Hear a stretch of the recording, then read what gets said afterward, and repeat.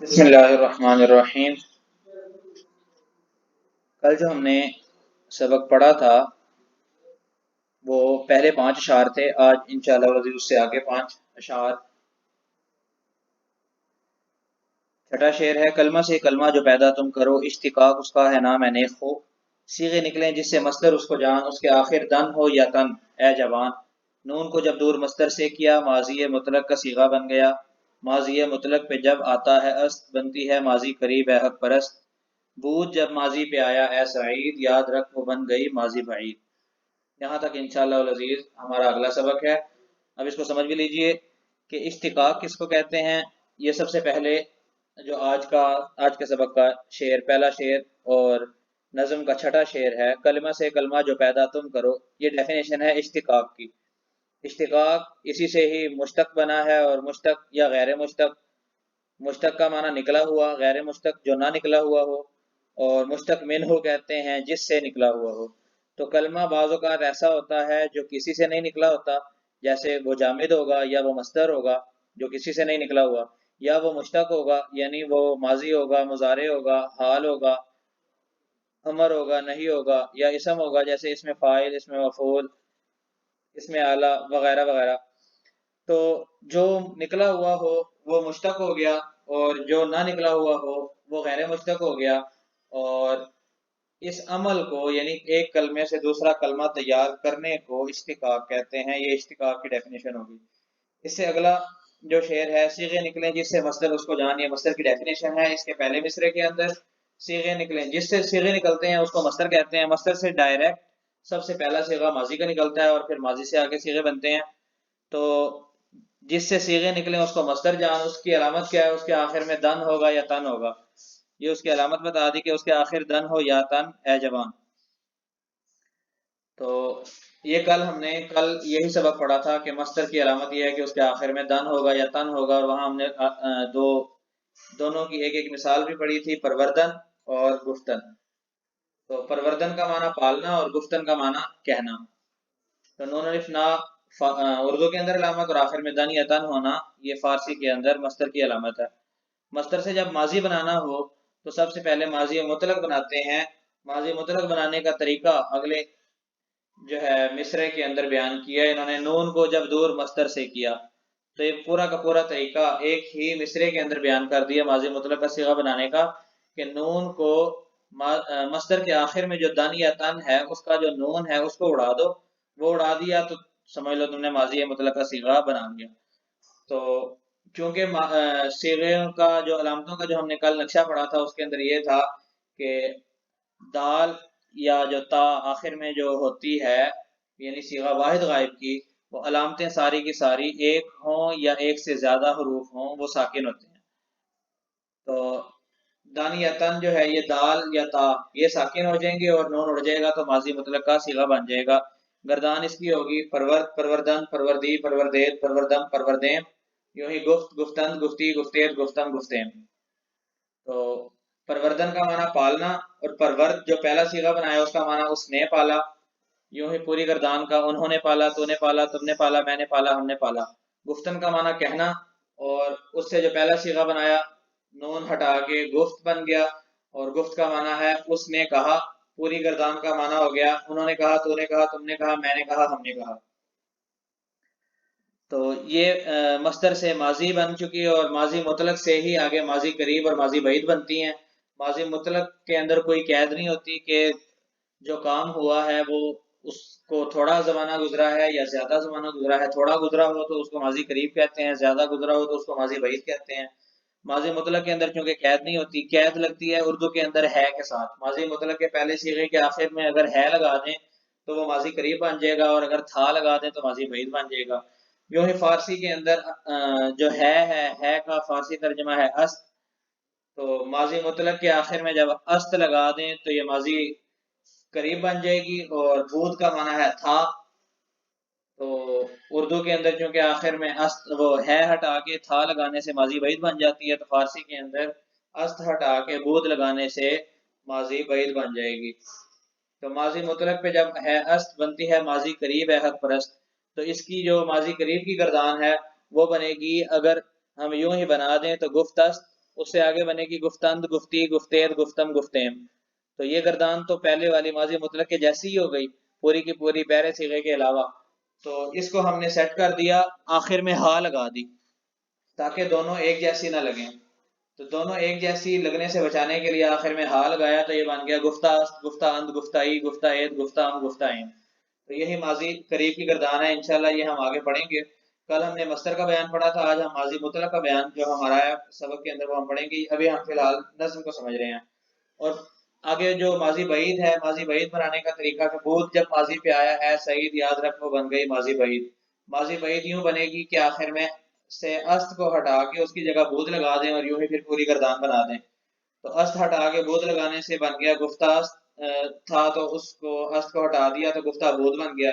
گفتہ بود، گفتہ بودند، گفتہ بودی، گفتہ بودید، گفتہ بودم، گفتہ بودیم. تو قریب کی گردان کا ترجمہ ہو گیا اس نے کہا ہے، انہوں نے کہا ہے، تو نے کہا ہے، تم نے کہا ہے، میں نے کہا ہے، ہم نے کہا ہے. اور بعید کی گردان کا ترجمہ ہو گیا اس نے کہا تھا، انہوں نے کہا تھا، تو نے کہا تھا، تم نے کہا تھا، میں نے کہا تھا، ہم نے کہا تھا. یہ کل 10 شعر ہو گئے. یہ 10 کے 10 شعر انشاءاللہ العزیز آپ کو یاد ہوں گے، اور یہی کل کا سبق ہے. اور آگے ہم سبق کی طرف آئیں تو پہلے ماضی کا بیان، مصدر کا بیان ہم کل پڑھ چکے تھے. دوبارہ دیکھ لیں کہ مصدر وہ ہے جس سے دوسرے لفظ بنے. فارسی میں اس کی علامت یہ ہے کہ اس کے آگے یعنی آخر میں دن یا تن ہوتا ہے. جیسے پروردن پالنا، گفتن کہنا. 1 نمبر دے کے صفحے کے آخر میں نیچے سب سے حاشیہ دے کے انہوں نے آگے اردو میں بھی اس کا بتا دیا ہے کہ اردو میں مصدر کے آخر میں نون الف نہ ہوتا ہے. اردو کے مصدر کی علامت یہی ہے، جیسے لکھنا، پڑھنا. یا یوں ہی ہم فارسی والے ہی مصدر لے لیں تو ان کی بریکٹ بھی ان کے بعد بنا کے کوسین کے اندر لکھ دیا، پالنا اور کہنا. آگے فرماتے ہیں کہ مصدر سے جو فعل نکلتے ہیں ان کی 6 قسمیں ہیں: ماضی، مضارع، حال، مستقبل، امر، نہیں. پھر ان میں سے ہر ایک کے 6 صیغے ہیں: واحد غائب، جمع غائب، واحد حاضر، جمع حاضر، واحد متکلم، جمع متکلم. صیغوں کی علامت کا نقشہ بھی بنا دیا ہے، اور تنبیہ کے عنوان سے ایک نوٹ بھی لکھ دیا ہے کہ علامت کے تمام حروف ساکن ہوتے ہیں، دو ہوں خواہ ایک. تو تا یا دال یہ نون ہٹانے کے بعد بچیں گے، ان کو ساکن کر دینا ہے، یہ واحد غائب کی علامت ہو جائے گی. اور آخر میں نون دال لگانے سے یہ جمع غائب کی علامت ہو گئی. یا لگا دیا تو واحد حاضر کی علامت ہو گئی. تو دو علامتیں ایک ساتھ جمع نہیں ہوگی، بلکہ جو علامت ہے دوسری علامت لگانے کے لیے پہلی علامت کو ختم کیا جائے گا. سوالات کے جوابات بھی کل ہم نے پڑھ لیے تھے. اور اگلا سبق دیکھ لیں، ماضی، فعل ماضی کا بیان. ماضی کی 6 قسمیں ہیں: ماضی مطلق، ماضی قریب، ماضی بعید، ماضی استمراری، ماضی احتمالی، ماضی تمنائی. ماضی مطلق، ماضی قریب، ماضی بعید کو ہم نے شعروں میں سمجھ لیا ہے. ماضی استمراری اس کو کہتے ہیں جس کے اندر زمانہ جاری ہونے کا ذکر ہو اور یہ معلوم نہ ہو کہ وہ ختم ہو چکی ہے، یعنی وہ جو کام جس کی خبر دی جا رہی ہے وہ کام جاری ہے یا ختم ہو چکا ہے. تو الفاظ سے یہی معلوم ہو رہا ہو کہ ابھی بھی جاری ہے. اس کو کہتے ہیں ماضی استمراری، جس کے اندر یہ پایا جا رہا ہے کہ کام ابھی ختم نہیں ہوا. اس کا اردو ترجمہ ہوتا ہے کہ وہ کرتا تھا، یعنی اگر اس کو کہنے سے کریں گے تو وہ کہتا تھا، اور پالنے سے اگر اس کا صیغہ بنائیں تو وہ پالتا تھا. اس کے بعد ماضی احتمالی. ماضی احتمالی جو ہے جس کے اندر احتمال پایا جائے کہ پتہ نہیں یہ کام ہوا ہے یا نہیں، تو اگر پالنے سے بنائیں تو اس کا پہلا صیغہ اردو کے اندر ہوگا اس نے پالا ہوگا، اور کہنے سے بنائے تو اس کا پہلا صیغہ ہوگا اس نے کہا ہوگا. یوں ہی ماضی تمنائی جس کے اندر تمنا پائی جائے. تو بعض افراد اس کے شروع میں کاش کے لگاتے ہیں، کاش کے لگانے کی ضرورت نہیں ہے. اس کا جو پہلا صیغہ ہے اردو کے اندر بھی وہ ہے وہ پالتا، وہ کہتا. کہنا اور پالنا سے اگر اس کی ہم ماضی تمنائی بنائیں تو وہ کہتا اور وہ پالتا، یوں ہی پوری گردان بنے گی. بہرحال پہلی ماضی ہم آج پڑھ رہے ہیں. آج کے سبق کے اندر ماضی مطلق ہے. ماضی مطلق وہ ہے جس سے گزرے ہوئے زمانے میں کیا ہوا کام سمجھا جائے، یہ معلوم نہ ہو کہ اس کام کو کیے ہوئے تھوڑا زمانہ گزرا ہے یا زیادہ. یہ ماضی مطلق کی ڈیفینیشن ہو گئی. بنانے کا طریقہ، مصدر سے بناتے ہیں. کیسے بناتے ہیں؟ مصدر کے آخر سے نون اور نون سے پہلے کے زبر کو گرا کر ماضی مطلق بناتے ہیں، جیسے پروردن سے پرورد. تو کل چونکہ ہم نے یہ گردانیں دونوں پڑھ لی ہوئی ہیں دو مصدروں سے ماضی کی، تو وہ کل ہم نے بطور ماضی کی گردان کے نہیں بلکہ بطور صیغوں کی علامت کے نقشے کے ہم نے کل جو ہے وہ ماضی کی گردان پڑھی تھی. آج ماضی کی جو ہے گردان بحیثیت ماضی مطلق معروف. معروف کا معنی وہ ہم پچھلے صفحات میں اصطلاحات والے صفحے پہ ہم پڑھ چکے ہیں کہ معروف اس کو کہتے ہیں جس کے اندر فاعل معلوم ہو، کرنے والا معلوم ہو. تو اس کا ترجمہ دیکھ لیں، اس نے پالا. تو پالنے والا کون ہے؟ اس ہے جس کے اندر فائل معلوم ہوگا اس کو معروف یا معلوم کہیں گے، اور جہاں فائل معلوم نہیں ہوگا بلکہ مجہول ہوگا تو اس فعل کو بھی مجہول کہیں گے۔ اس کے حوالے سے ہم نے شعر پڑھا ہوا ہے کہ فعل اپنا نام وہ پا جائے گا اس کے اندر جو زمانہ آئے گا۔ تو اس کی گردان دیکھ لیں، پرورد، پروردن، پروردی، پروردیت، پروردن، پروردین۔ اردو گردان بھی دیکھ لیں، اس نے پالا، انہوں نے پالا، تو نے پالا، تم نے پالا، میں نے پالا اور ہم نے پالا۔ اسی صفحے کے اندر سب سے آخر میں انہوں نے یہ جو ماضی مطلق کی ڈیفینیشن ختم ہوئی ہے اور اس کے بعد بنانے کا طریقہ جب یہاں اینڈ کیا ہے، انہوں نے گردان ماضی مطلق معروف سے پہلے حاشیہ لگا ہوا ہے، حاشیہ نمبر 1۔ حاشیہ نمبر 1 سب سے آخر میں، صفحے کے آخر میں نیچے جو مصدروں کا نقشہ ہے اس سے نیچے دیا ہوا ہے کہ اردو میں ماضی مطلق بنانے کا طریقہ کیا ہے۔ اردو میں ماضی مطلق بنانے کا قاعدہ یہ ہے کہ مصدر کے آخر سے جو نون الف نا مصدر کی علامت ہے اس کو ہٹا کے دیکھیں کہ اب آخر میں الف یا واو بچا ہوا ہے یا کوئی اور ہے۔ اگر الف یا واو بچا ہوا ہے تو لفظ یا الف یا لگا دیں۔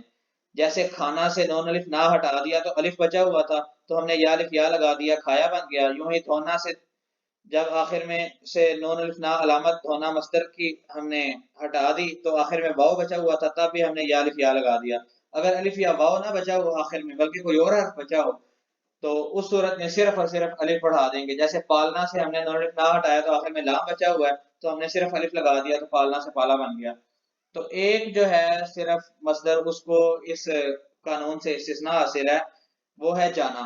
جانا سے نون الف نہ ہٹانے کے بعد الف آتا ہے اور اس کے آخر میں یا الف یا لگا کے جایا ماضی بننی چاہیے تھی، لیکن خلاف قیاس، خلاف قانون، جس کو سماعن کہتے ہیں، یعنی اردو بولنے پڑھنے یعنی اردو گرامر جاننے والوں سے یوں ہی سنا گیا ہے کہ اس کی ماضی جو ہے وہ جایا نہیں بلکہ گیا آتی ہے۔ تو یہ ہو گیا اردو میں بنانے کا طریقہ۔ اور آخر میں صفحے کے آخر میں یعنی اس قانون سے پہلے انہوں نے 6 مصدر دیے ہوئے ہیں فارسی کے، یہ مصدر بھی آپ کا سبق ہے، یہ بھی آپ نے یاد کرنے ہیں۔ گفتن، گفتن کا معنی ہے کہنا۔ شنیدن، شنیدن کا معنی سننا۔ نوشتن، نوشتن کا معنی لکھنا۔ خواندن، خواندن کا معنی پڑھنا۔ خوردن، خوردن کا معنی کھانا۔ اور نوشیدن، نوشیدن کا معنی پینا۔ تو یہ تقریباً جو ہے یہ اردو کے اندر استعمال ہوتے ہیں، آسان مصدر ہیں۔ شنیدن، شنیدہ اور ناشنیدہ یہ اردو کے اندر استعمال ہوتا ہے سننے کے معنی میں۔ اور نوشتن، نوشتہ لکھے ہوئے کو کہتے ہیں۔ اور خواندہ، نا خواندہ یہ بھی اردو کے اندر استعمال ہوتا ہے، خواندن کا معنی پڑھنا ہے۔ اور حرام خوری ہم کہتے ہیں تو خوردن کا معنی جو ہے وہ کھانا ہے۔ اور سگریٹ نوشی ہم کہتے ہیں تو نوشیدن کا معنی پینا ہے۔ تو یہ ہیں مصادر، یہ بھی انشاءاللہ العزیز کل کے سبق کے اندر شامل ہیں۔ اور سوالات بھی ہم دیکھ لیتے ہیں۔ تو پہلا سوال یہ ہے کہ ماضی مطلق کی تعریف۔ ماضی مطلق کی تعریف ہی ہم نے سب سے پہلے پڑھی ہے، اور ماضی مطلق کی تعریف کے بعد اگلا سوال ہے ماضی مطلق بنانے کا قاعدہ۔ ماضی مطلق بنانے کا قاعدہ بھی ہم نے اس سوال کے بعد پڑھا ہے کہ مصدر کے آخر سے نون اور اس سے پہلے کے زبر کو گرا کے ماضی مطلق بنا دیتے ہیں۔ آگے اگلا سوال ہے پروردیت کا ترجمہ۔ پروردیت جو ہے یا دال آخر میں آ رہی ہے جمع حاضر کی علامت۔ پروردیت کا معنی ہے تم نے پالا۔ گفت سے جمع متکلم کا صیغہ، گفت سے جمع متکلم کا صیغہ بنے گا گفتیم، آخر میں یا میم علامت لگا کے۔ تو گفتیم کا معنی ہوگا ہم نے کہا۔ پانچواں سوال ہے خردی کیا صیغہ ہے؟ تو خردی کے آخر میں چونکہ یا علامت لگی ہوئی ہے، یا واحد حاضر کی علامت ہے تو یہ واحد حاضر کا صیغہ ہے، اس کا معنی ہے تو نے کھایا۔ جمع غائب کی علامت، جمع غائب کی علامت نون اور دال دونوں ساکن، یہ جمع غائب کی علامت ہے۔ اور پرورد سے واحد متکلم کا صیغہ پروردم آئے گا، آخر میں صرف میم واحد متکلم کی علامت۔ پروردم کا معنی ہوگا میں نے پالا۔ جمع حاضر کی پہچان، جمع حاضر کی پہچان یہ ہے کہ اس کے آخر میں یا اور دال دونوں ساکن آتے ہیں۔ یہ آج کا سبق ہے۔ اللہ تبارک و تعالی یاد رکھنے اور یاد کرنے اور یاد رکھنے کی توفیق عطا فرمائے۔ وآخر دعوانا الحمدللہ رب العالمین۔